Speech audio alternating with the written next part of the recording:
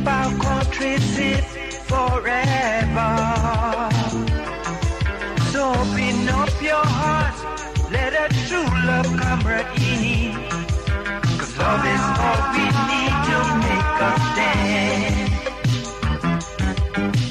Let's understand one another and learn to live together as brothers and sisters. Without togetherness, we won't have a peace of mind. Let's celebrate and have a peaceful home. Sweet Liberia, land of liberty is our home. Let us keep it standing. It's the one and only home that we have. Sweet Liberia, land of liberty is our home. Let us keep it standing. It's the one and only home that we have. Sweet Liberia, love is all we need to make a stand. Let's celebrate and have a peaceful home.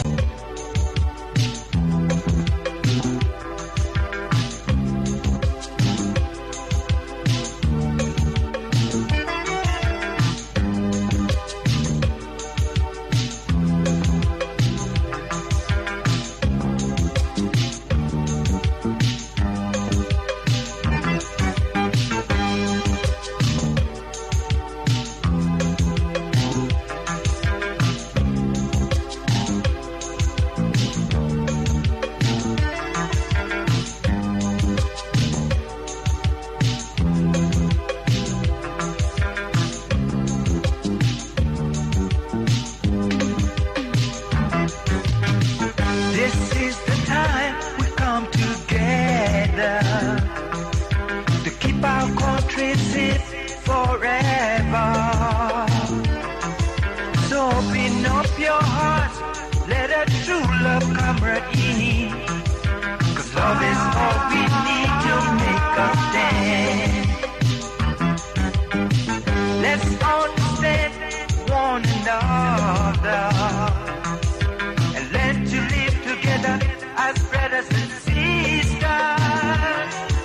Without togetherness, we won't have a peace of mind. Let's celebrate and have a peaceful home. Sweet Liberia,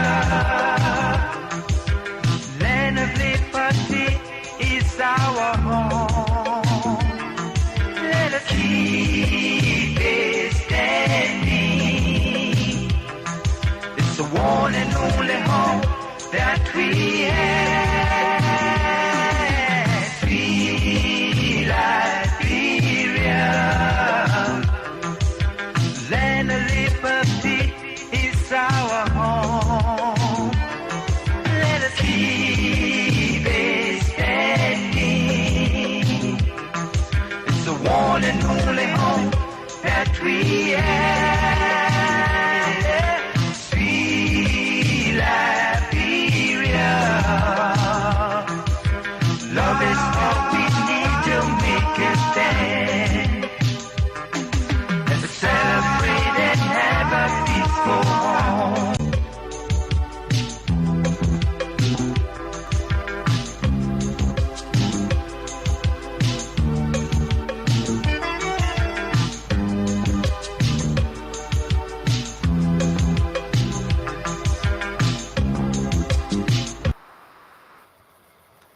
Okay, guys, it's time again for Election Central, that very informative discussion point where we bring intellectualism, data, and analysis to bear, as opposed to many other platforms.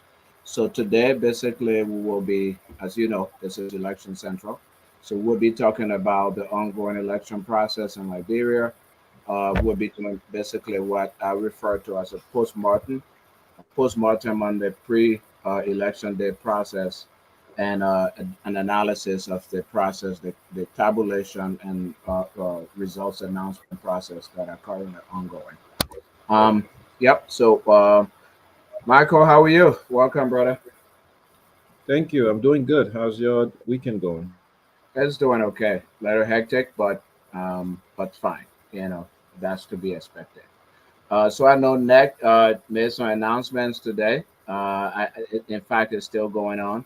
So at some point I'll bring that up. But I've also were hoping that our other discussants, Councilor James Whittier and I don't know who else. I sent it to Moses Sandy. I don't know if he'll be coming, but I'm hoping that Cyrus Gray can also join us. I also texted him. But before we go into any other thing, have you heard anything around the election process in Nigeria?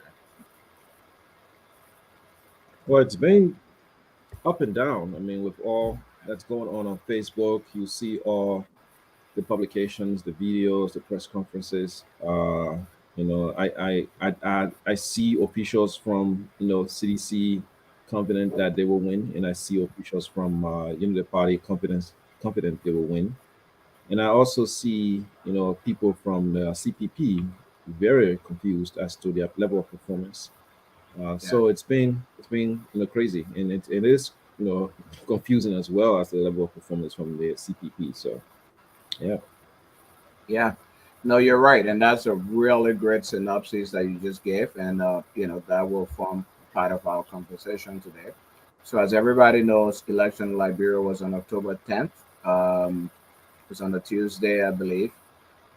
Today is day 5 after voting and into the counting of the ballots. We just wanted to do an overview of the turnout, whether the playing field was leveled in terms of every candidate or political party having the opportunity to reach potential voters and to make the case to them.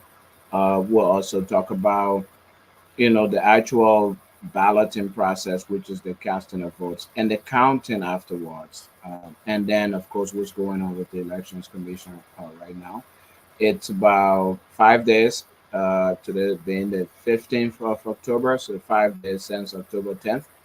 And the Election Commission is still tabulating and announcing votes. People are kind of confused by the length of time that it's taken for that to happen. So we'll delve into all of that today. yeah, Uh, these are just basically, to show how, long lines, long queues on election day. And then, people were tired, but they were also determined. So they found places to sit down and wait their turn. They didn't, a lot of people, some people, according to reports, left and went home, but many others did not go home. They stay in line. They made time. So this is basically, I think I pulled this from the New York Times. One of the international journalists in Liberia took this picture. I think it's profound. It sends a great message. I mean, people really determined to vote to the point that they're making do. They find a place, they sit down, and wait to make sure that they vote in the election and express their will. International observers, EU specifically mentioned that the Liberian people were determined and were resolved to go to the polls. You saw that as well, Michael. yeah. There was huge turnout. Lots of people, as uncomfortable as it was in some videos. You like watching people in lines, people getting squeezed, and but it's raining, and people are still in line. They're there to vote. They want to make sure that they support the candidate they believe will lead Liberia to a better future. So yes, Absolutely. we did see that, and even in the diaspora, people in the diaspora, and as much as they weren't able to vote, people would tune in, watching and monitoring what was going on. Exactly. Exactly. Yeah, you're right. So the two things really. One, it was raining in some places where people stood in line to come in to vote. They were being squeezed in lines. Um, I want us to discuss those things. You're right. On election day, it was voting. There was long lines. There was a huge turnout. There was what caused that? apart from the huge turnout, why was there confusion? Why were people squeezed in lines? When in fact, the election law says only 3,000 people in a precinct and only 500 people at most can vote in a polling place. So I would think that if things were arranged properly, that we didn't have to have that commotion and that fighting. There were a number of videos you saw them, I saw them, where people were fighting, people were jammed and squeezed. There was one or two incidents, I believe, where police even had to come in to help with the processes.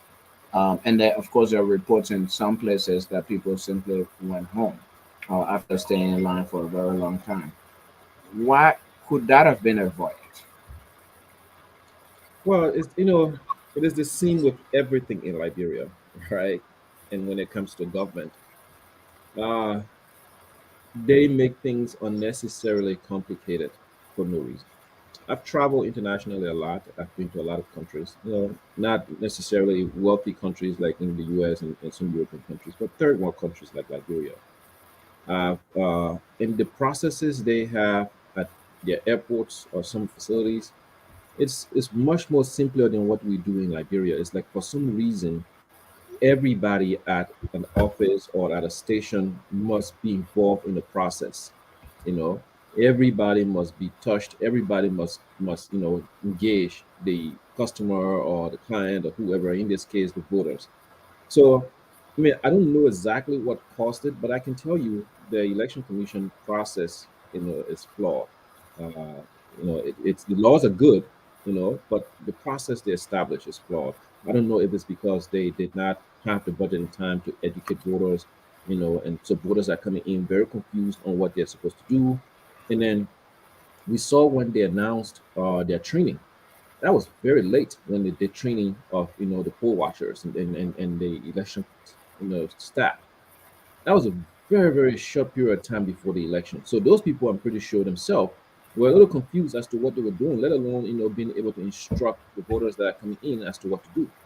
So when everything is done so late, you will have confusion on every level, and I believe that's what caused the confusions. You know, I agree with you. I totally agree with you. I also think that there's a little bit of, not knowing what to do yeah. because some of those things, especially in terms of avoiding long lines, I think are just simple fixes that you don't need a lot of time and you don't need a lot of money to do that. For example, having being able to even post the voter roll in time before election day at the polling places and directing people to where they are supposed to vote. For example, you post the list and you say, this is precinct number 0056. Polling place number one is in classroom number B. The line for classroom number B is this way. Polling place number A, the line for it's in classroom number C, the Mhm. line is this way. Just that simple fix and coordination will prevent long lines and fighting. Second thing that I believe they could have done is just have her queue monitors. People who are there when you arrive at the polling place say, "Hey, yeah, you had to vote. Yes. What's your name? Is that? Let's see your voter registration card. Oh, you assigned to polling place number A. Get in that line. Let's go this way. Let's go that way. Go beyond. Go and enter from the back door. That's where it is. I think those simple things could have avoided that process, and they don't need a lot of money, and they don't really need a whole lot of planning. So you're right. It's the resources. Of course, election commission didn't get resources in time to train these people. They were staffed of resources to some extent. And money was just trickling in bit by bit, which didn't make their job easy. I agree with that. But I also think that there were basic things they could have done that didn't require a lot of money if they knew what to do.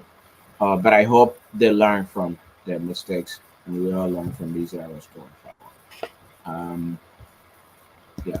Um, yeah. The other thing is that I want us to look at is that you know voting's over now.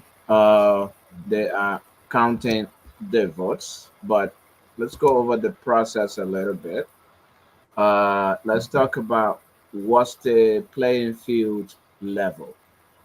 Because in elections, one of the things you look for is a level playing field, a level playing field for all of the candidates, all of the political parties. Again, if that doesn't exist, people can turn out and vote, but if the election results would not be credible or reflective of the will of the people. And there's an example here.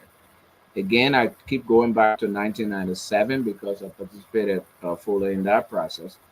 In the 1997 election in Liberia, um, we, yeah, in the 1997 election in Liberia, you know, there was a situation where other candidates could not go to great quote unquote Greater Liberia to go and campaign. And the one or two people attempted and they were beaten up and then they came back. So that was not a level playing field because Mr. Taylor essentially had Greater Liberia to himself. Yeah. And then, of course, the use of resources, money, use of government resources for campaigning for a specific political party, for example. Those are some of the things that create uneven level playing field, or just police people protecting, the candidates and the voters of the ruling party, but not protecting other people, or people using, ELBC, the national radio station, and other government institutions just for the ruling party, but not, other people can have access or equal access to that. That impacts level playing field. So let's talk about level playing field a little bit. Do you think level playing field existed during this period? I know EU observers talk about campaign financing and the inequality that existed there as well. But in terms of level playing field, did we accomplish a level playing field going into this process? Yeah, I do feel everyone had, if you look at it from that perspective, with all the candidates having access to, you know, all of Liberia to campaign and tell the people their message, I do feel there was a level playing field. I don't think they were hampered in any way or stopped in any way from going to any part of Liberia, to campaign. Now, if anybody was not able to, maybe they didn't have the resources themselves to, drive in the rainy season to certain parts of Liberia due to bad roads. But most people had to deal with it. I think the only person who maybe would have gone around that was maybe the president. I think he had a helicopter. I'm not sure. I saw some story on Facebook with the president having a helicopter, and I don't know how true that is, but I think everybody had access and ability to go into every county to vote, to campaign. So from that perspective, everyone had a level playing field. When it comes to campaign finances, I think that that comes down to your political party. If you have supporters, the same thing is done here. Supporters will finance the election. Of course, your party itself will have some funding they can help you with as a candidate. But that usually comes around when the main candidate is selected, to represent, after a convention or something like that. So in Liberia, we don't normally do the convention thing. Is the most powerful person, the wealthiest person in the party, or the person who established the party, is the candidate forever. So yeah, so that comes down to your own pocket and the resources you have around you. So everybody did have a level playing field. Nobody stopped. Nobody was stopped from going anywhere. Nobody was stopped from spreading their message. So I do feel there was a level playing field. Yeah, yeah, okay. I think one of the issues that impacted the playing field was again campaign financing, and I think you're right. If a party is able to raise more money than the other person, than the other party, that's okay. I mean, the law provides for that. But yeah, well, campaign finance laws also limit funding to a certain amount of money to certain people who can give money. For example, non-citizens cannot contribute. Mhm. Um, and I know there were situations where non-citizens were saying either, I mean, no evidence of that, but people were meeting with non-citizens. Uh, Well, we and do have evidence of that. I think on we do, several occasions we saw Unity Party was flying out of the country to meet with foreign businessmen. yeah, What? yeah, So yeah, we do have evidence of that, and they themselves mentioned it, and Costa mentioned that a few times. So we do have evidence of that. We do know that Cummings, flew to America to raise funds from people in the diaspora. You know, so we cannot 100% say that while he was in the diaspora that foreigners did not give money. I'm not saying Liberians who are in the diaspora are foreigners, because we are Liberians, but who knows if there were other nationals that were in the mix that donated to some of those campaign fundraising, So Yeah. we do have instances that the possibility, funding was given to these parties based on. I know Gongo himself came to the U.S. to raise funds, to meet candidates. So yeah, there's evidence of that. In evidence of them seeking money outside of the country. Now we don't know if those, when they went to seek money, if foreigners actually gave them money. I cannot say that specifically, but I know at least those three people travel outside the country to get money. No, no, you're right. There's some form of anecdotal evidence, and it's kind of difficult to when you come to America or go to Europe to raise money that you will, when you have a program, for example, where people are giving money, you're not going to ask everybody who's Yeah, giving money, say, hey, what's your citizenship? Are you a Liberian citizen or not? So that's understandable. When I said no evidence, I mean we don't have any real concrete evidence to say yeah. John Moses, an American citizen, gave money to the campaign. But yeah, you're right. The Just, environment was there just, for citizens just to sticking contribute. on that, right? Not to cut you off, Alfonso. Yeah, The yeah. question, I guess, will be: did the NEC inquire when those individuals, and I'm pretty sure some of the other candidates themselves probably did some fundraising overseas, through their support groups here.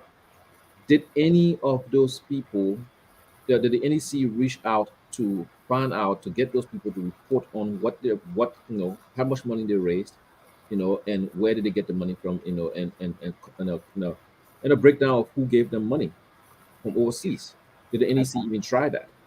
You I know, No, there's no evidence that the NEC attempted to do that at all, and that's a major issue. The NEC has failed in many respects to implement the campaign finance regulation around our election process. It seems that they don't even care. They don't even think about it. It's not one of the things that register on their on their radar. yeah, Yeah, for example, again, as I said before, there's a certain amount of restrictions. I don't remember the exact figure, but it's a restricted amount of money that a presidential candidate or political party can spend on the presidential campaign. There's a restricted amount of money that represents that. We all saw CDC budget was what? Publicly announced budget was $50 million. But before that, we also saw posters all on and billboards all over the country. Um, they bought a lot of motorbikes and pickup trucks and everything. And then, of course, as you said earlier, there was this report about the helicopter. So again, all of that is campaign financing. But has the election commission even gone to any one of them and say, hold on, how much does it cost to buy or rent a helicopter? How much did these 50 pickups cost? And all of those things. I don't think they even care about those things. They don't even pay attention, and that undermines the level playing field. Because if you there's a reason why laws are made that people should stay in certain financing regulations, and if that doesn't happen, and if you're not even checking on people, then people can do anything and everything, such as going and meeting with outside business people to get money and come and do their campaigns. And hopefully, when they win election, they mortgage the resources or they give the people sweetheart deals, in concession agreements. So as a way of paying them back for their campaign, finance for the financing of their campaigns and stuff. So yeah. so it doesn't just stop at corrupting the election process, it continues into corrupting governance process, and it continues into robbing the resources of the country. And I think the election commission has basically 100% failed in terms of enforcing the campaign finance regulations in our election laws. Another point that I think affected the level playing field in a big way. I don't know whether it will impact the outcome of the elections, but in a big way is the government, the CDC, the ruling party, using government resources on their campaign. And I, Hmm. think, I believe the EU international delegation highlighted that very significantly. They talk about disproportionate spending on behalf of the ruling party and incumbent president, um, widespread use of state resources such as official vehicles and buildings, uh, appointed officials at county and electoral district levels publicly campaigning in favor of the ruling party, and even putting pressure on civil servants to attend ruling party rallies and to vote for ruling party candidates and to support ruling party candidates, etc. Again, that can alter the level playing field. The field because that's also campaign financing, by the way. If you take a government, a signed government vehicle, and you go to campaign with it, you didn't you as a candidate or your party didn't pay for that resource. It's paid for by the Liberian people. You're using it meanwhile to benefit your party against the other parties and other candidates who also contributed to buying or obtaining that resource for the country. Mhm. So that's another significant area where I think the level playing field was impacted, and unfortunately, the election commission did very little to enforce the laws regarding that. Yeah, I think, from this perspective, definitely, the ruling party had all the money. Um, they had all the money. They have access to the country's budget, the national budget, and they will spend it to their liking. Unfortunately, we have no control. I think this has been the norm in Liberia for a long time in past elections. It's not something that is strange and new. So I think it's come to the point where the people just they think that's the norm. Um, at the Unity Party government, did it when they were in power. So if they win this election, are they going to put an end to it, knowing how it has impacted them during this election, or will they, will they continue the trend? So, and again, it comes down to the NEC. And when we know with the NEC, the commissioner being appointed by the president, we don't know how biased she is, and some of those commissioners are when it comes to the ruling party, having gotten their appointment from the ruling party. So, Yeah, how do we prevent this from happening in the future? It's really hard to say because there will always be loyalties. You yeah, know, there will yeah. always be loyalties, and if your loyalty is based on the fact that you got your current position, which you're supposed to use to be unbiased, but the current position you have is based on being loyal to someone that you have to be biased for, then it makes it difficult, and our people will continue to have these problems. You're totally correct. And I don't know, that's something I probably need to look into. It ain't occurred to me for me to research that. But I believe some of I don't know if any of the members of the election commission, but I do know that some of them, if not most of them, their terms will end within the term of the new presidential administration. So then the new president will have the opportunity to appoint a new set of at least one or two, if not three, Yes, yeah. commissioners to the National Elections Commission. So the other thing is a hope that whoever gets appointed to that even the current commissioners, but also whoever gets appointed to the commission will learn that these things are important because they do impact the outcome Yeah. of the elections. And the laws are not just made just to be on a piece of paper for the sake of putting something on a piece of paper. You have to enforce them. There's a reason why they are written. There's a reason why they need to be enforced. Because that's really important. So I hope we'll get to that point. Um, I wanted us to then move to the results. I mean, we've been hearing results. I don't know if you can read that. Mhm. Or if I can enlarge it, I'm not sure. I'll try. Let me see. Uh, that's not helping. I have it on my screen here too. So, Okay, yeah. okay, okay. So tabulating and so we've been getting results, and I think this is what people listeners really want to hear and follow. We've been getting results.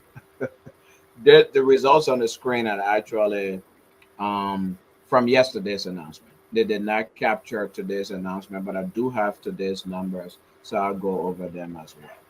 As of yesterday, 4 days after voting and counting started, the Election Commission had announced 49.8% of total votes per their data entry, and total votes valid and invalid as of yesterday were 984,972, which was 39.85%. For president, as of yesterday, uh, current president George Weah had of the 984,972 had 415,895, which is 44.58% of the votes that were counted.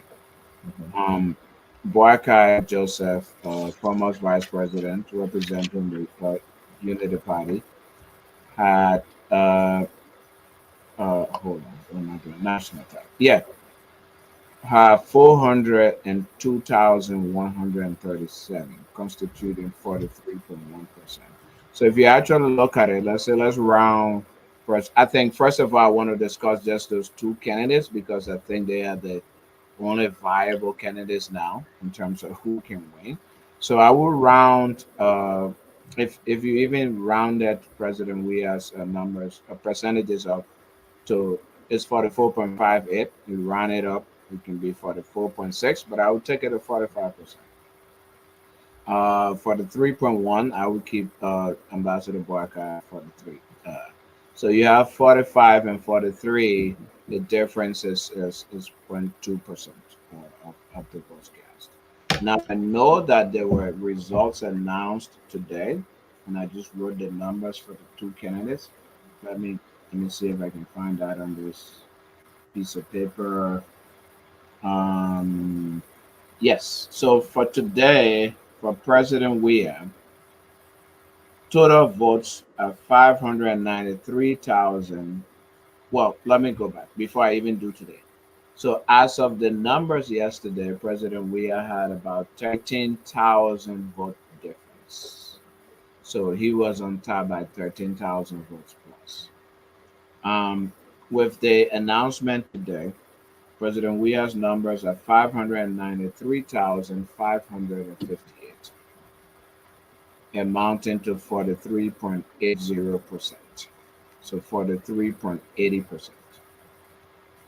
Um, Ambassador Boakai of the Unity Party got 589,977 votes, Mhm. 43.54%. So the both of them are at 43. The difference is 0.80 for President Weah and 0.54 from Ambassador Boakai. When I did a quick math, let me see where I did the quick math. I did a really quick math as I was running, but I don't know where I wrote it. But if you just look at the numbers, the difference is around 3,000. So yesterday the difference was about Yeah. 13,000. The difference is around 3,000, give and take, plus and minus 13,000, 3,000 votes. Um, yeah, so that's the data. That's where we stand nationally. I want us to go into county by county, but I also want us to, look at the national figures as well. If you have anything to add before we go into counties, and we'll go into counties. I want us to talk about population centers because that's critical, as well as the strongholds of each of the candidates or political parties. So nationally, looking at the results from yesterday and the results from today, what do you see as a trend, if anything at all, and if you have any thoughts or concerns about it? I mean, I can continue going if you're still doing your little calculations there. Well, I did. I wrote down some of the numbers myself. Uh, Okay. I think from the boycott and you know, of course, CDC is dominating in the southeast, which is not unusual. Uh, That makes sense. But I'm surprised at the number of votes CDC got in Lopa. I mean, that's a huge. And Lopa has fully reported. I think from what the commissioner said today, 100,000, 100% of the votes from Lofa has come in, with Unity Party getting 73,761 and CDC getting 35,951. I mean, it's a small number, but that is huge for CDC getting 35,000, 27% of the votes from Lofa. Uh, if they had gotten 10,000 or 15,000 less, the numbers would be way different right now, in favor of Boyka. Hmm. So CDC, whatever effort they put, which goes to say, in as much as somewhere may be a stronghold for an individual, you do not give up there, because Hmm. whatever votes you get there, you know, can help you. Yep. I don't know what the final results will be, but as it stands right now, those 35,000 votes from LOFA, they're really helping CDC stay afloat. Compared to the level of performance city's United Party had in the southeast, it was really dismal. They are getting 10% of the votes, and what in River says they got 25% of votes. Sano, they got 10% of vote. Maryland County, they got 12% of votes, and CDC is going 70%, 80%, in those areas. I think maybe if the party have put in some effort there, and I can't say because I'm not, I wasn't involved in their war room. I don't know what their strategy or plan was. But maybe if they are, really taking that area seriously, they could have gotten 10% more votes, you know, Yep. Yep. 10% more votes. And in as much as you may say this is a stronghold of an individual, I guarantee there are people there who are disgruntled, are not satisfied, and they want change Hmm. themselves. So if Hmm. you are able to connect with them, what's his name here? Wade Appleton, Yeah. this the miracle man of the whole The election. America, man. Wade Appleton got in Maryland County. Let's see, Maryland County. Wade Appleton got 800 some more votes. That's 3%. Wade Appleton is getting votes in Riverside County, 700 plus votes. He's getting in Sano 500 plus votes. Uh, he's getting in River G County 1,000 votes. You know, so he's at that consistent 3+% vote. In all these areas, those are votes that they could have wrestled and gotten some of those. Those are disgruntled people, and I'm pretty sure some of the other candidates got votes in those areas as well. Yeah. You know, Yeah. so yeah, it is. You can't give up. You have to fight for every Hmm. piece of breadcrumb that falls to the table. Hmm. you know, I you, agree. yeah, Yeah, I agree.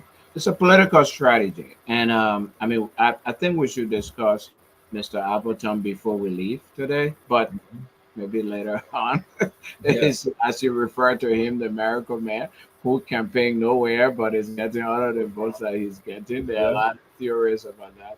I think we should talk about that later. But let's look at really. Yes, you make a very salient point in terms of political strategy. Don't don't ignore anywhere.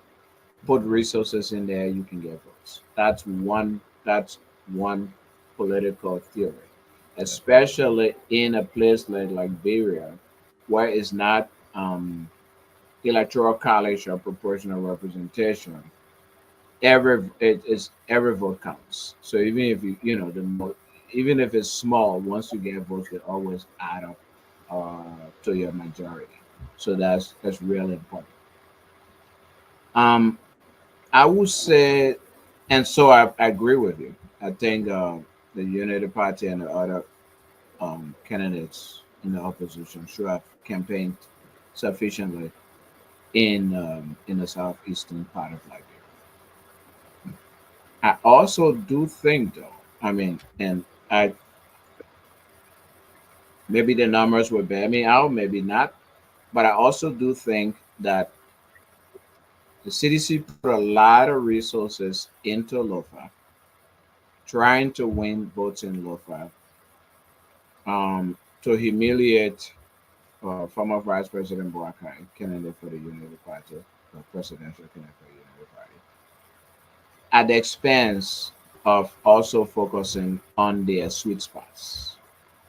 In as much as the Southeast, I agree with you that United Party and other people should invest in the Southeast. If you really look at it, um, The Southeast is not very populated. You're talking about six counties combined out of 15 counties that come up with about 300,000 votes. Registered voters, I should say, not even votes. Six Mm. of the 15. So about 48%, 46% of the counties we have in Liberia in the Southeast. That is if you include Riverside. And that makes it and the amount of about 307, 306,000 registered voters, not necessarily voters.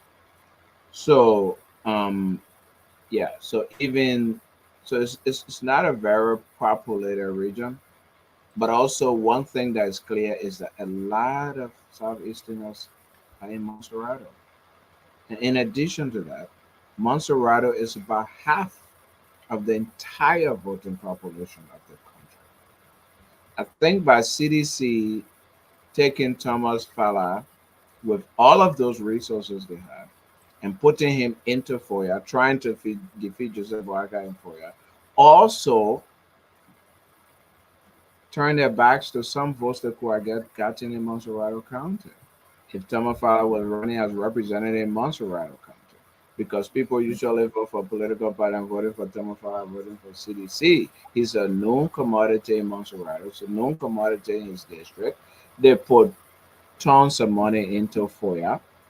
If they have put the tons of money into Monserrato, which is more populated than FOIA, they probably would have gotten more votes in Monserrato than they got in FOIA. So again, that's I'm just saying that's Mhm. also another school of thought. Again, these are social theorists. No social theory is absolute, but that's also something. So I believe they might have won a moral or whatever victory you call it in Lofa, but it could bite them in the rear end in Monserrato County.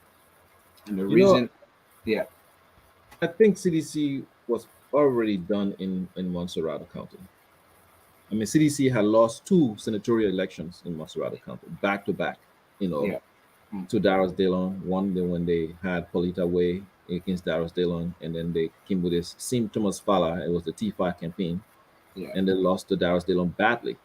So I think CDC realized that hey, we have our core supporters in Monserrato County. They will support us no matter what, and there's nothing we can do anymore to mm, get voters that are in the middle, or there are those that are committed to Unity Party, and there mm, are those that are committed to other candidates, but there are those that are in the middle and can vote for anybody who can convince them.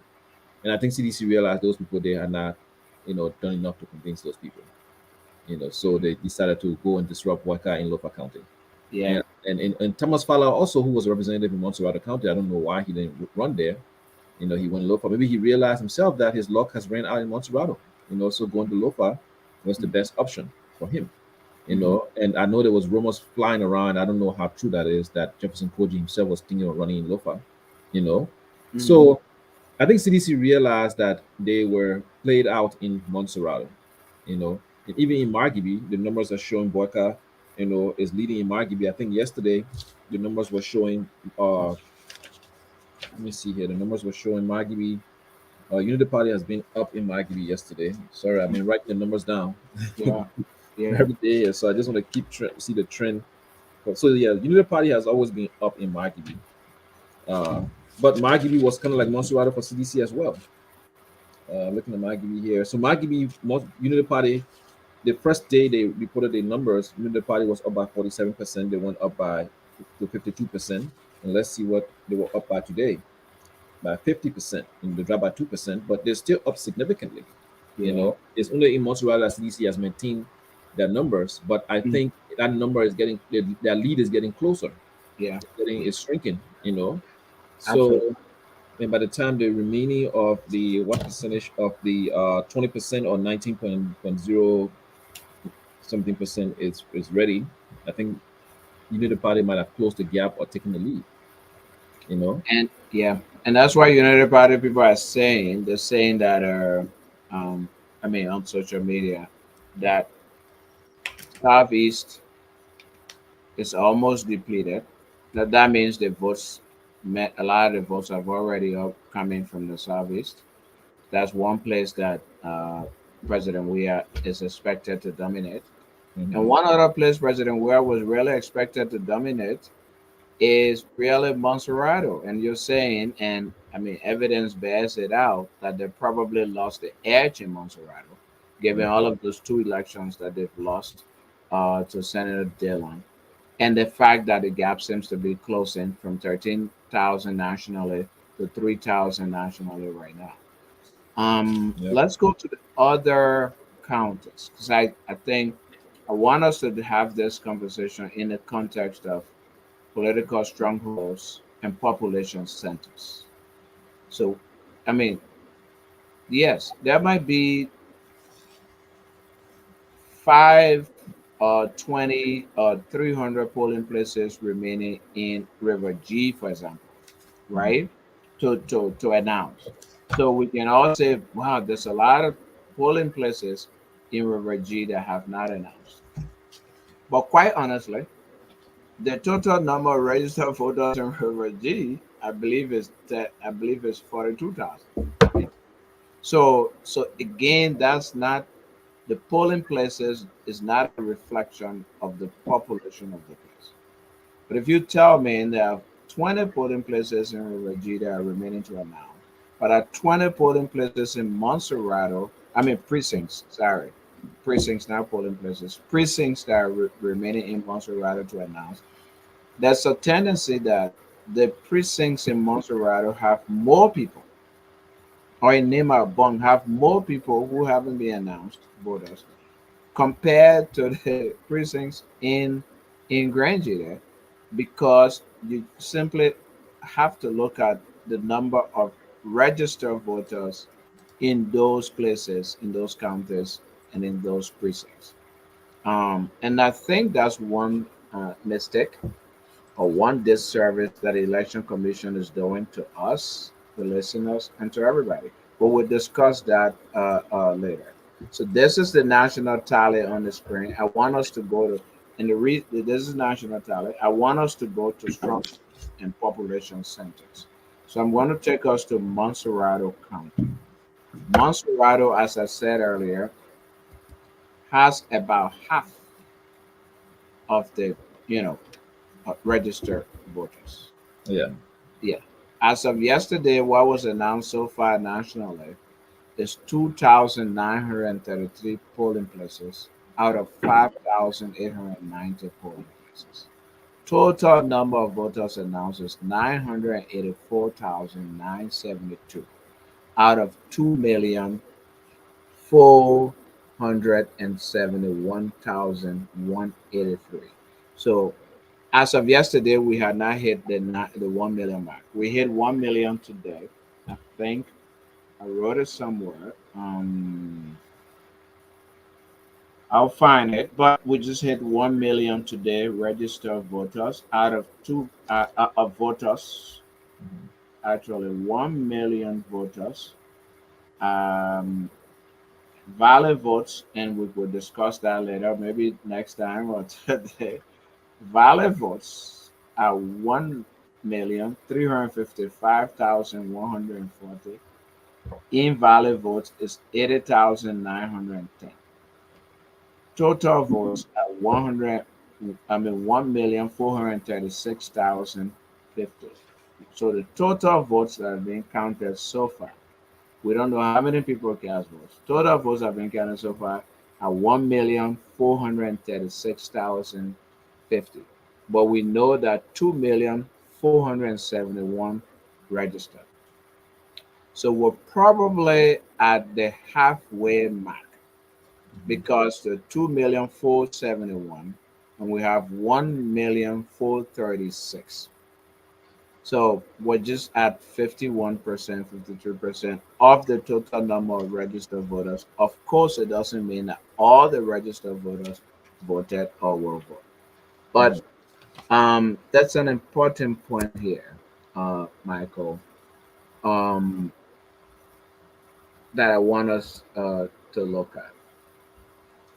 The Election Commission, in announcing the results, It's not doing in election language what is referred to as disaggregated results. So they're not announcing disaggregated results. Now, what does disaggregated results mean? It means announcing the results by also announcing the components, not just the big figure, Nema County, 200 polling places reporting Mr. Boakai got 80,000.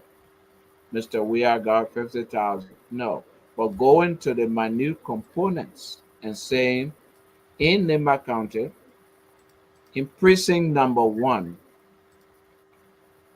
in precinct number 004, polling place number one, Mr. Boakai got 50, Mr. Weir got 5, Mr. Gonglo got 10, that kind of thing. And the reason why that is important is it enables voters and the public to follow and see where the results are. If you're just giving bulk figures, it's difficult to verify because we don't know where those results are coming from. So there's no way for us to go and challenge because we already have tally sheets, right? So if you give us polling places results, we can look at our tally sheets and say, oh no, election commission made an error. The tally sheet actually said 200 for Boakai. Now they're giving Boakai 500, and people will know. But if you just give him ballpark figures, it makes it difficult for the public to follow, for political parties to follow, for observers to follow, and that can be a problem.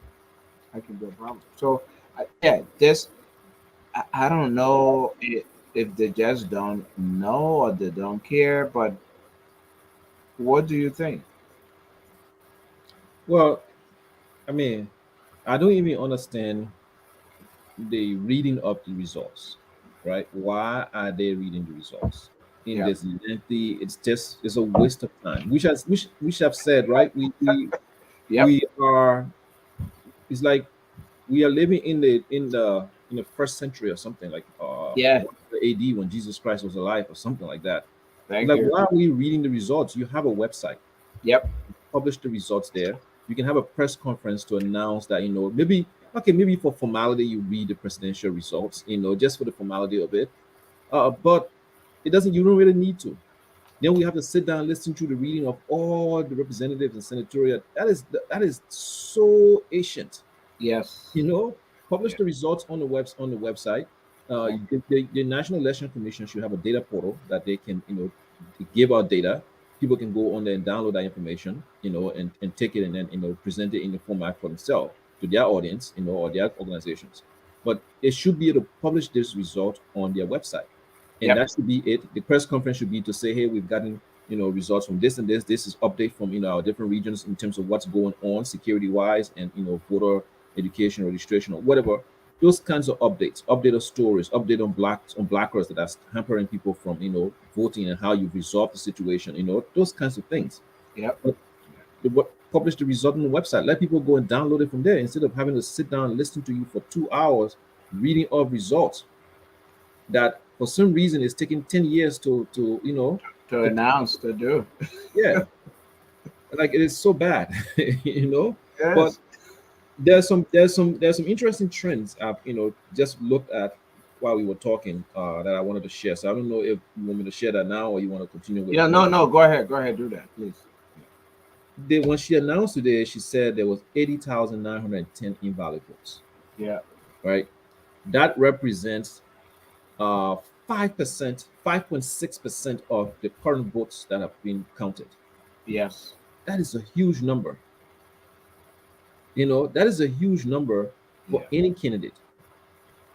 So I guess there has to be analysis done now to determine, look, what made these votes invalid, and who were these people trying to vote for? Did they mark, is it just a check mark that went hmm, outside the box a little bit, yeah, and yeah, then you're not counting it, and then now that is heavily skewed towards a particular candidate because his people did not, and maybe hmm, maybe 40% of that, so but over 40,000 votes didn't go for that candidate, and those things we have to look at. Will they be willing to give those invalid votes, pictures, images of it to, independent candidates or independent observers to monitor and see, hey, what's going on here? Are they Yeah. going to do that, or are they just going to say 80,000 votes? Now, and that's just out of the votes we've gotten so far, right? Out of the 1.4 million votes we've gotten so Mm-hmm. far. So we still Mm-hmm. have technically, if we look at the fact there was 2.4 million registered voters, we still have 1 million, almost 1 million votes Yep. to count. Out there. Yeah. So if we're following this trend, 1 million votes, and we're going to get 5% of those 1 million votes as well, that is going to be a huge number of invalid votes in this election. That could Yep. have made a candidate relevant enough for the second round, or possibly, and if it was skewed towards CDC, where CDC voters did not get, most of them were not, maybe CDC missed out 50,000 votes here. That could have made them win the election, or Unity Party, or maybe CPP could have gotten these votes to make them more relevant in the election for the second round, so that they can sway, they can, use that to convince, to get some kind of political bargain with the party to say, I'll support you for the second round. All those things are important. Yeah. Yeah. So I don't know if they're going to present more data on that as to why, but it is disturbing. The second thing I noticed is that Grand Bassa County is giving a disturbing trend. So uh, the first day election results were given. CDC have 42% of the votes in Grand Bassa County, and Unity Party have 36. Mm-hmm. The second day results were given. CDC have 42, and Unity Party have 39. Right. Yep. But then now, when the reports were read today, CDC is at 43, and Green Bassa is at 30. Unity Party is at 35. Right. Yep. And the percentage is in as It's, much as the percentage stayed the same, but the number is getting more. yeah. Now we see CPP coming in, because I think the first 2 days we had GDM. Missed GDM was first day, and then CPP came in the second day with 1,000 votes, and now Yeah. CPP is staying steady at 4,000 votes. But it's getting to that point where it seems like with 65% of the votes, the trend, the 65% of the ballots out in Grand Bassa County, we still have about 30 some more percent. If this trend continues, CDC is winning Grand Bassa County, and then you Yeah. have two parties that have two prominent figures from Grand Bassa County. The Yeah. party with Yombi Kanga, and the CPP with Charlie Bromskin, Charlene Brunson. Yeah. who So are we getting to that point now? I guess the only person so far who's proven very valuable in from their county will be the Prince Johnson camp Mm-hmm. in the party. They've delivered, Nima County to what's his name, Joe Boyka. But Yeah. is it at that point now where we can stop relying on power figures from these counties? That, hey, I can deliver my county to you. Is that no more relevant in Liberian politics, or is Nima still the last stronghold for that? Mm-hmm. Michael, if we get to the point Mhm. where voters are now looking at heroes from their counties, Yeah, that would be a beautiful day for Liberia and true. Liberian politics, Yeah, because then the focus will come, hopefully, to issues and ideas and ideological perceptions and persuasions, and yeah. that would be a wonderful day for Liberia. I don't know if we're there yet, unfortunately, because again, the reason this has happened is we have politicians who always lean on their ethnicity and Hmm. on their country of origin as a way of running for leadership in the country, and that's really sad. So I Yeah. hope we get to that point. I think though that let's go to Lofa. Hmm. Register voters in Lofa, for example. Um, the reason I'm not going by this to do what I had is because of the votes today. I did this before really the results today. But I think it's significant to still go to that. So who's winning? Again, CDC and the Unity Party are both claiming victory. Unity Party is saying they will win the first round. I believe CDC said that too. Even Hmm. though lately, I'm seeing that some of the people will be happy if they went to a second round. Not all of them. But let's look at so who's winning. Let's look at strongholds. And I think you started a conversation on strongholds already. Let's just look at strongholds and then look at population centers and what the results are saying so far when you take those two things into consideration. What is a candidate stronghold? Where candidate strongholds are located, and whether those strongholds are populated or not populated, and how that can impact the final results. So I'll take us to you mentioned Monserrato. So I'll take us to Monserrato. That's Monserrato right there. Then that's yesterday's numbers. We'll talk about today's numbers as well. But that's Monserrato. Monserrato has been a traditional stronghold of the CDC, even though they started losing lately in Monserrato, with Dillon beating them in the senatorial race twice. Yeah. But in Monserrato, as of yesterday, President Weah had 189,402, which is 48.65%. Mhm. Former Vice President Joseph Boakai of the Unity Party had 172,506, which is 44.31%.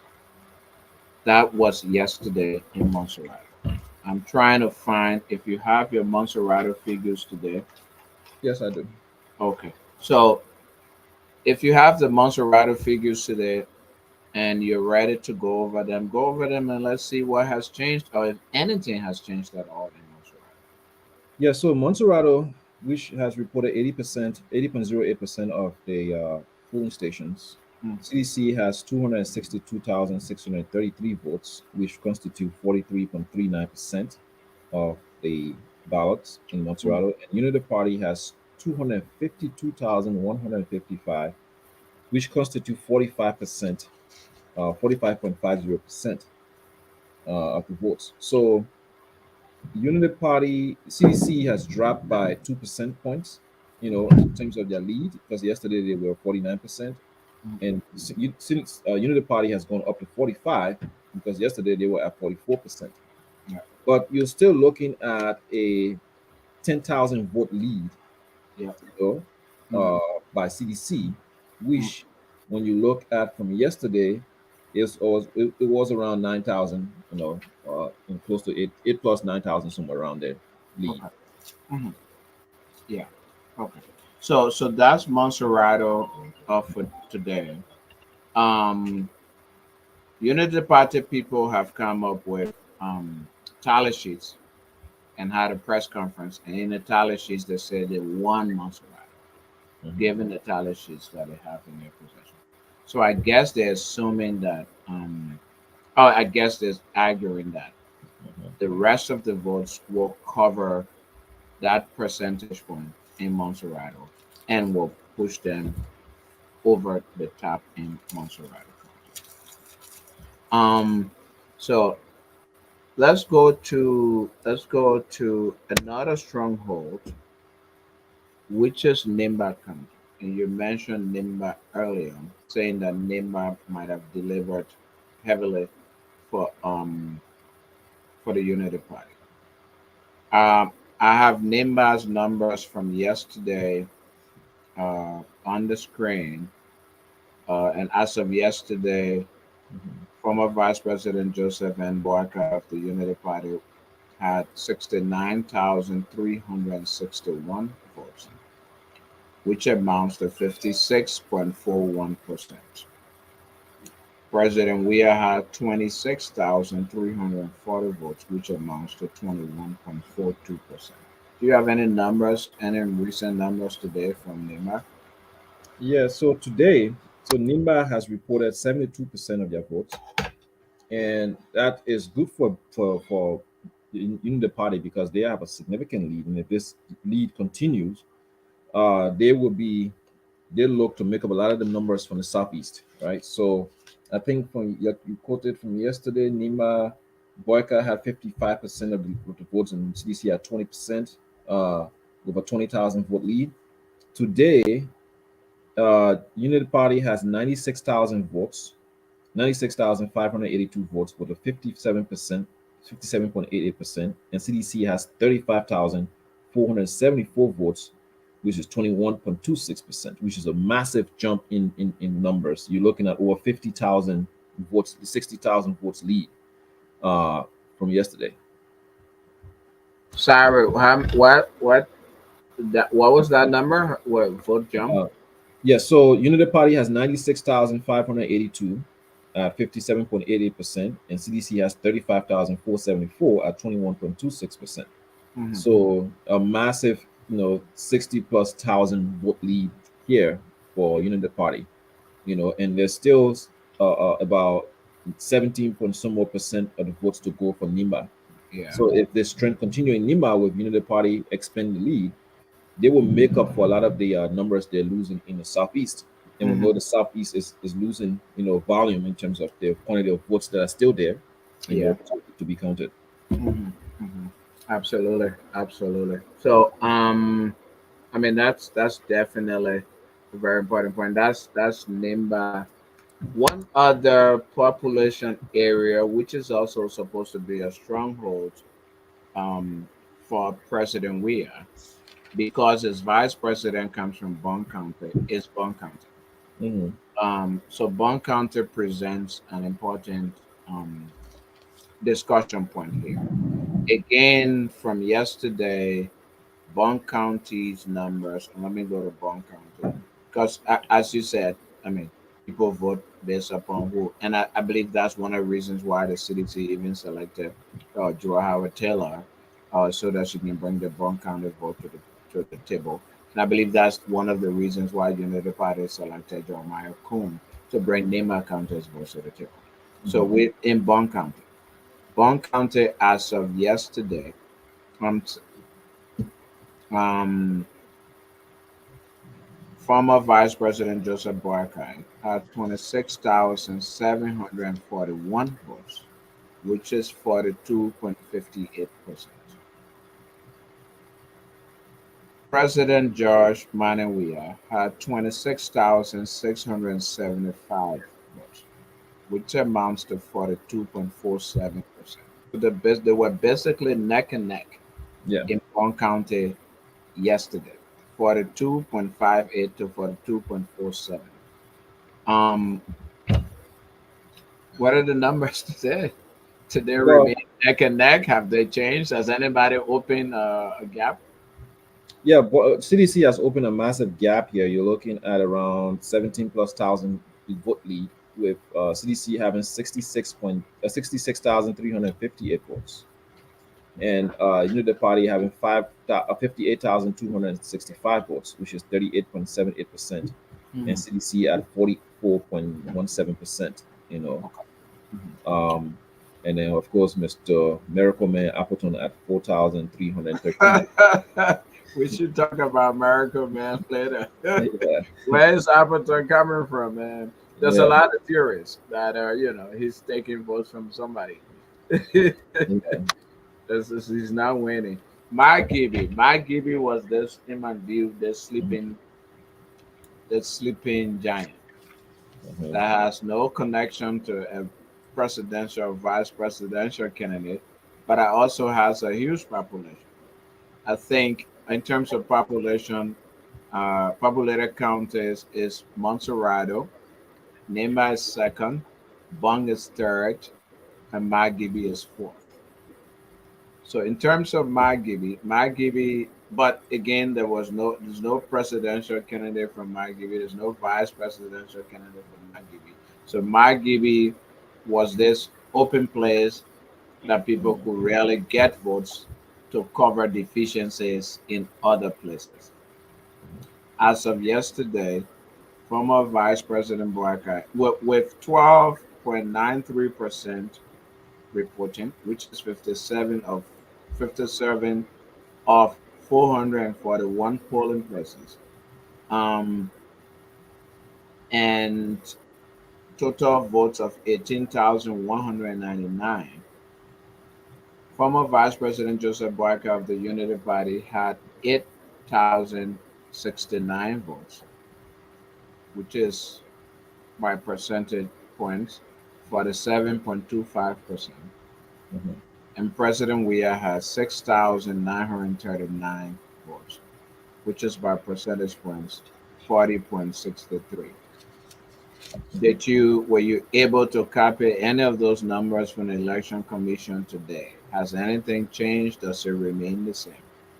Yeah, my DB Boyka has opened up a little bit more of a lead. It's not, I won't say it's significant.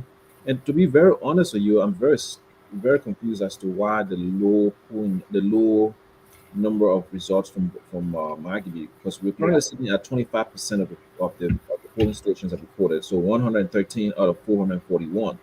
And Margibi is right next to Monserrato. Margibi has more roads than most of the other counties. yeah, More explored. So why are we not getting results? You know, exactly. but as it stands right now, the party has 17,502 votes, constituting 50%, 50.36, and then CDC has 13,758 votes, constituting 39.59.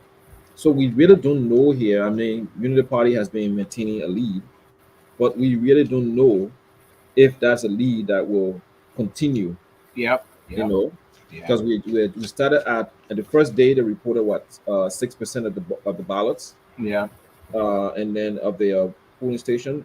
The second day 11% of the polling station. Now we are 13%, 25% of the polling station. yeah, So I don't know why we are so slow to get results from Margibi County, and not just Margibi, but from everywhere. It doesn't take much to tabulate these votes. You can tell me it take 3 days to count 3,000 votes at a precinct. you know? yeah. And Michael, you make a very, very, very, very important point. I mean, you made a really salient point earlier, and then this one. First of all, technically, there's no vote counting going on right now. Yeah, Since election night, vote counting had ended. yeah. Nobody counting for it. Hmm. The only thing that's going on is tabulation. If you want to announce things, then of course you do the tabulation. But quite honestly, all the election commission is doing now is tabulating the votes on, or should be doing now, I should say, is tabulating the votes on the tally sheets that they have, Yeah, and just create ballpark numbers.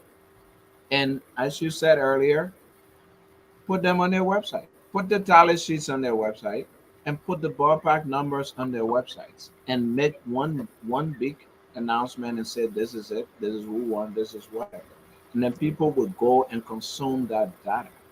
yeah. Because the parties, the political parties, and the international community should already have copies of Yes. these Yep. tabulated sheets from all the precincts Yeah. because they were there observing. So they should be able to verify if the results that the National Election Commission is presenting is correct or not. Yep. You know? And I don't know if in the election commission, and correct me here if I'm wrong, but they have not told the Liberian people what their process is for, because the average Liberian person is listening to radio stations that are getting tabulation results from Yeah. precincts in their areas, all over Yeah. the country, right? Yeah. But the election commission is so far behind on what they're reporting. So the election commission should be able to explain to the Liberian people, like, this is our process and this is why our process is slow.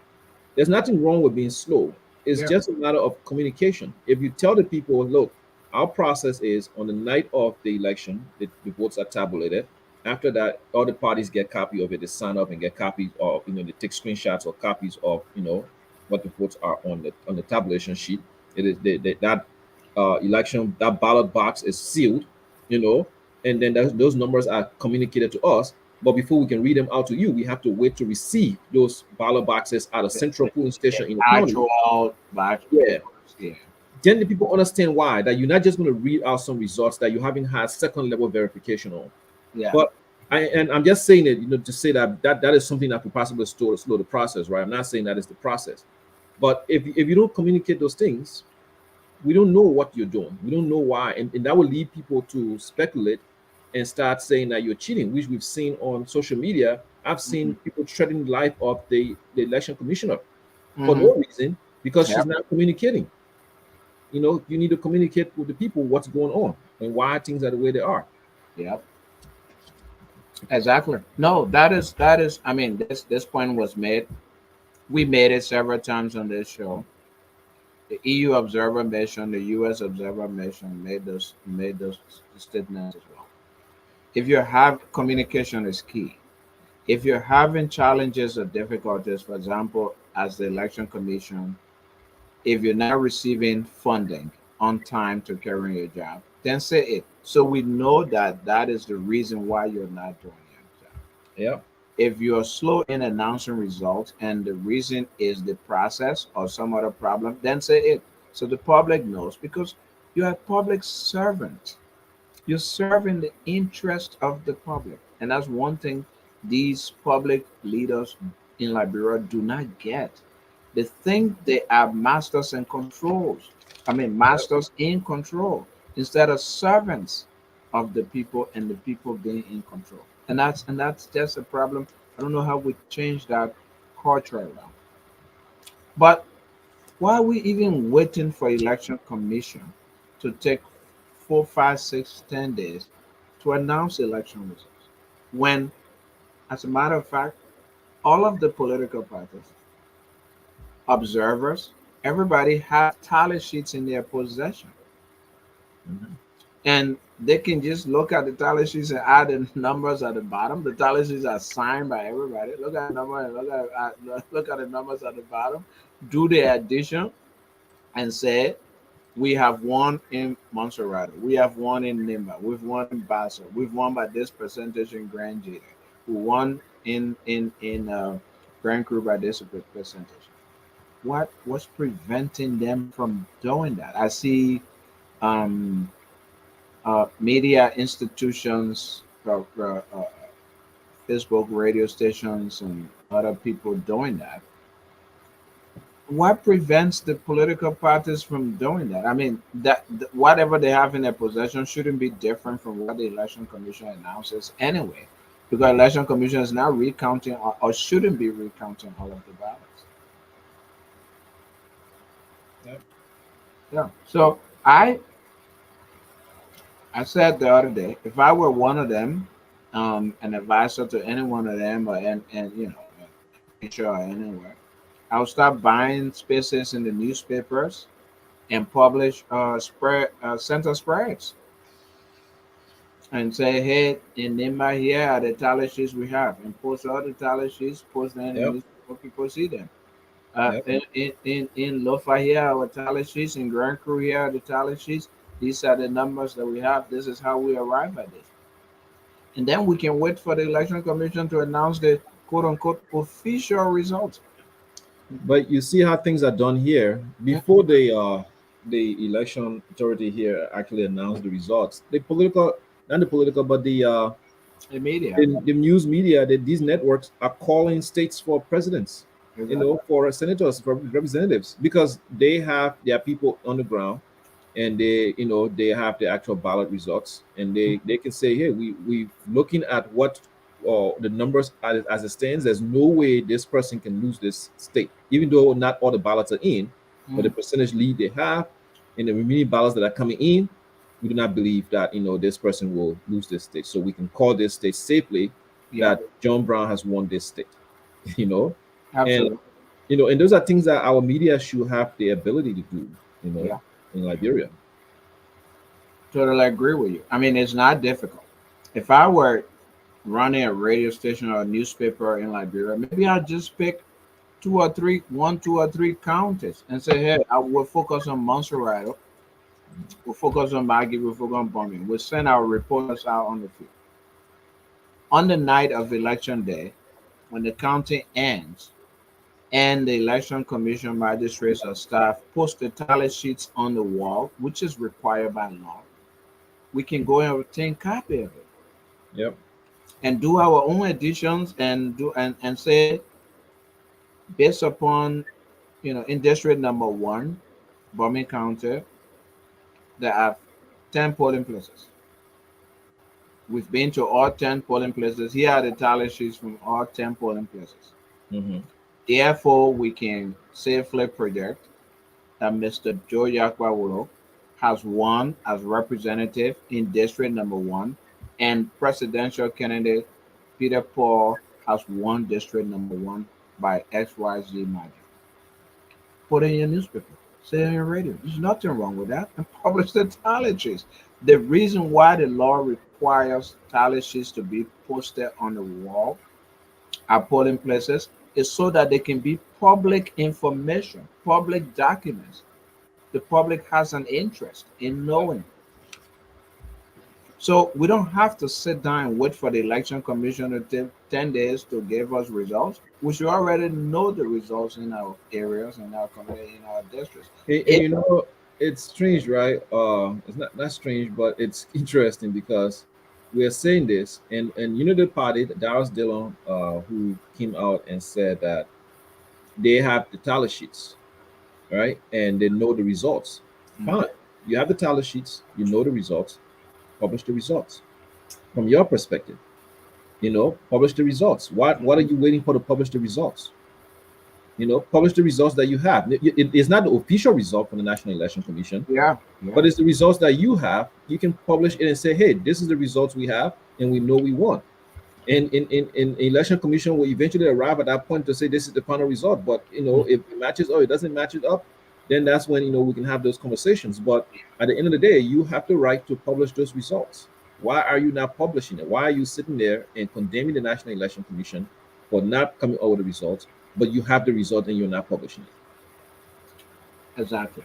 And then when the election commission comes up with results that probably are not in line with what you have and already announces it, Hmm. then you have an uphill battle Yeah, of going to court and challenging it and fighting that battle when in fact you could have put them on their back foot by yeah, presenting your results to the public.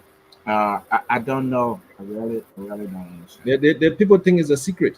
Yeah. The thing is a secret. Okay, you're holding all of this ballot paper in your hand, a blue plastic bag. Now there's a meme on social media that everybody's passing around with blue plastic bag, especially the CDC people are ridiculing you guys.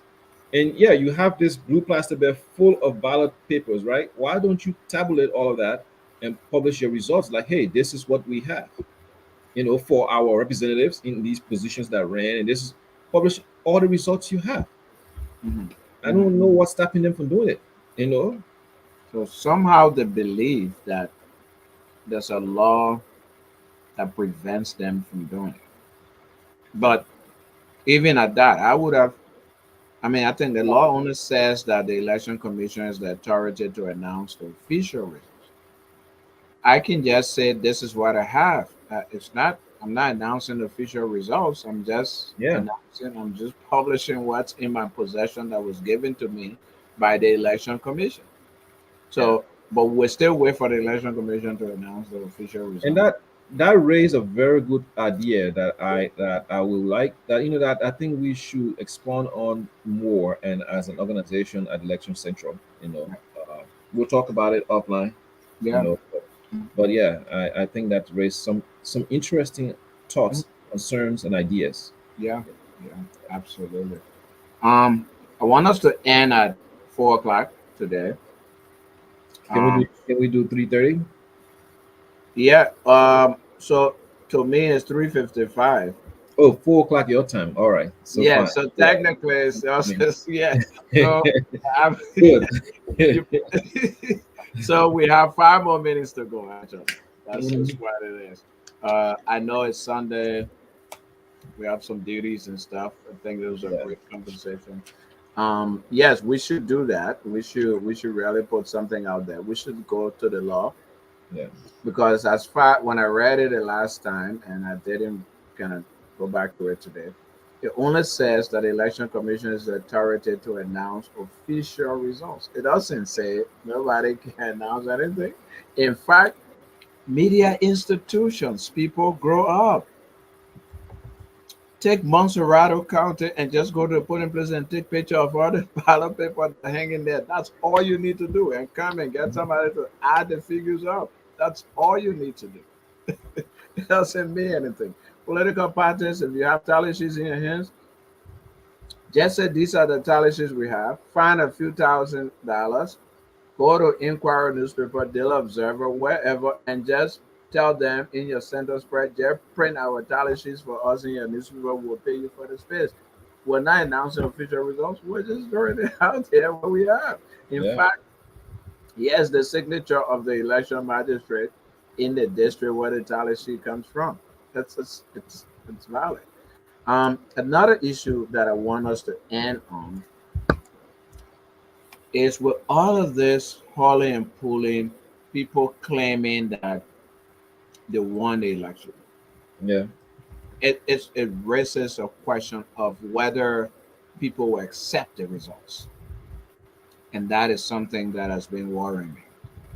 What if, say, election commission announces that CDC won? Will Unity Party accept it? What if the election commission says the Unity Party won? Will CDC accept it and vacate the office? Or will we just spiral into another violence? I mean, we've had that. We've had skirmishes, few incidents of pre-election violence. Are we headed towards, with all of this bickering, are we headed towards post-election violence? That worries me. You know, it worried me as well for the election, but fortunately, we were proven wrong. All of our concerns were proven Yep. wrong. That there was going to be violence on election day, and yeah, we did hear some isolated incidences of violence, but it wasn't major enough compared to what we had seen prior to the election day. So that was good. We had free elections. I won't necessarily say fair at this point, but it seems fair to the most extent, But we have elections. People were able to go to the polls and vote, and nobody threatened them, as far as we know, or hurt them, stop them. As far as the results are concerned, the question you raised is very important and is good because we do not know, Alfonso, how these people react. You Yeah. know, Mhm. Fortunately for us, the last presidential election we had, Ellen Johnson Sirleaf was, her time was up, and there was no way she could run again. So it's not like she was fighting to stay there. So Yeah. she was leaving, And I know the Unity Party ran to hope that it would stay in power, but they lost, and George Weah came in, and that whole process was peaceful. Yeah. Now, will CDC concede and say, if they do lose the election, would they be willing to say, will George Weah say, I'm a leader and I'm a set example and I will step down, and tell Yeah. his people not to? Because I strongly believe left with the both fans, the hardline fans of each party, I think there will be some scrimmages going on in the streets. Yeah. The Hmm. CDC, the Unity Party people will come to the streets to celebrate, and the CDC people will not be happy, Yeah. and they will Yeah. throw rocks, and fighting will start, Yeah.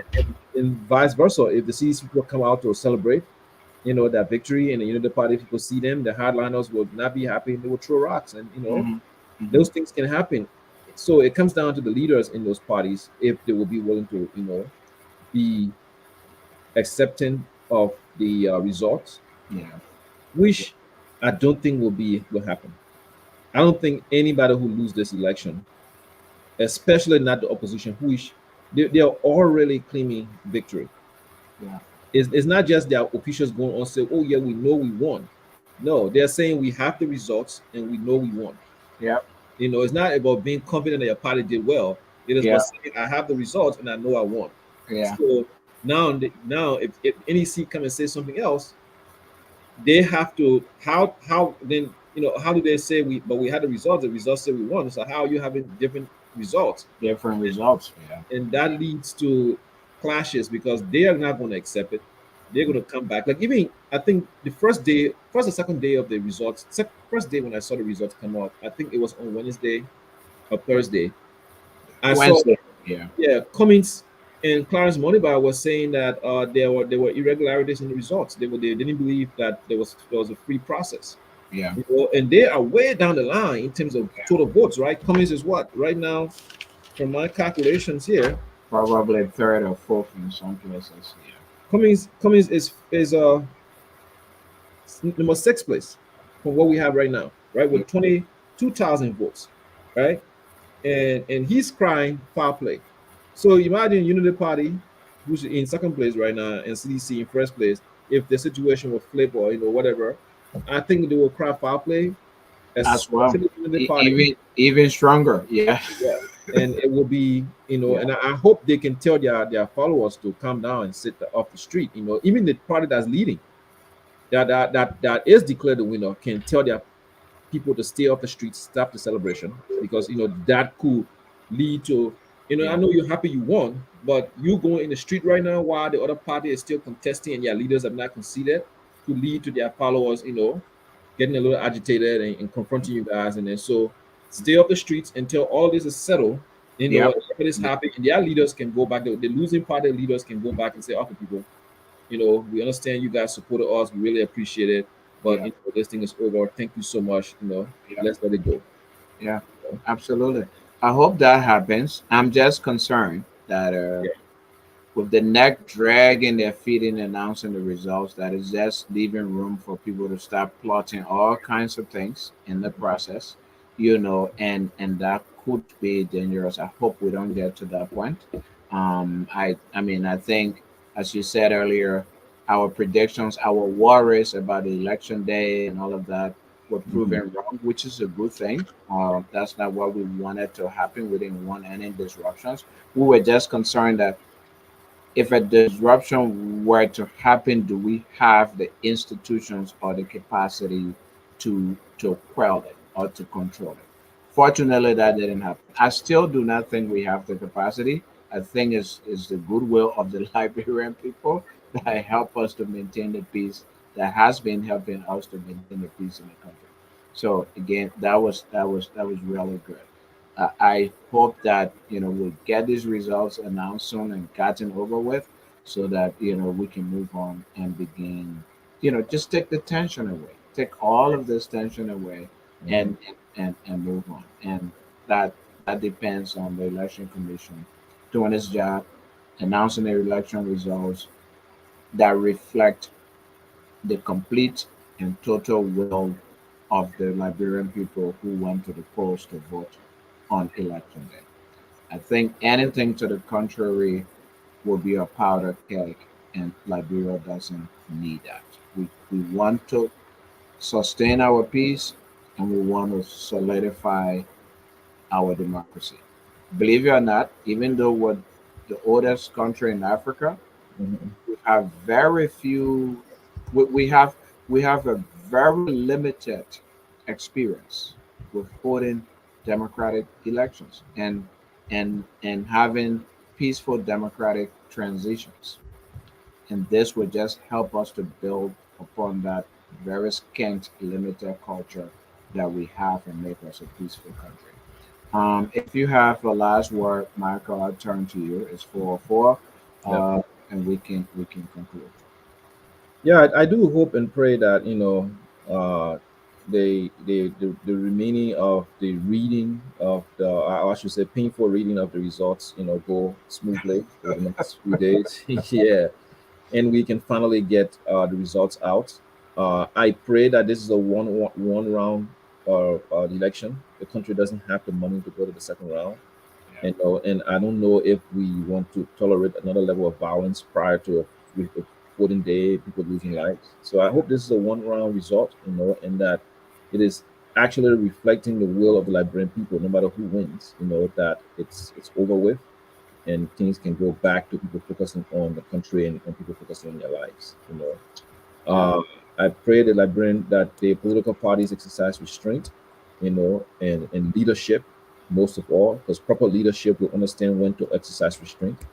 So I hope they exercise leadership and work together to make sure that Liberia benefits from this. We all learn, and we move forward. And Mr. Miracle Man, Mr. Appleton, I don't know where you got your stuff from, but I would love And to learn from you how to I, campaign, because for what you did, yeah, I wanted, man. I wanted Mr. Appleton. I want just a small piece of it. yeah, we got to get that guy on to kind of figure out how he did it. He did it. Yeah, Absolutely.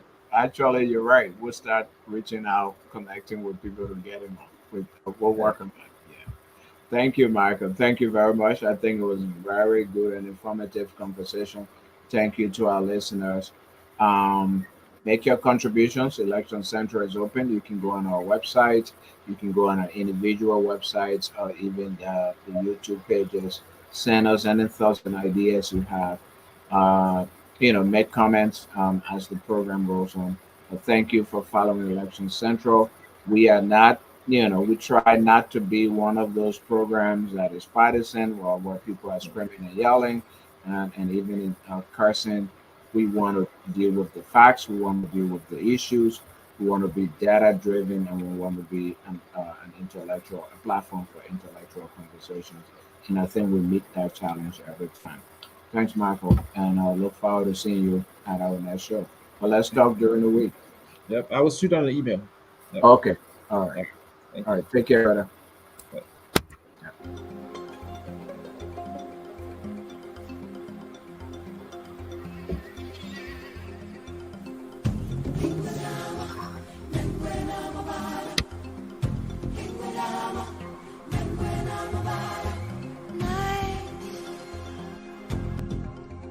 And the spirit of life calling Mamela, and a voice with the fear of a child answered, I am Mamela.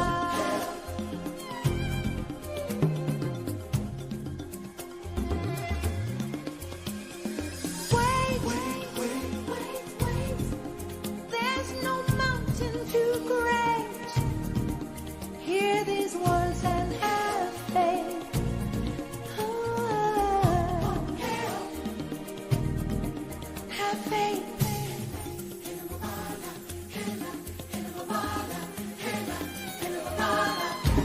He lives in you. He lives in me. He watches over everything you see. Into the waters, into the truth.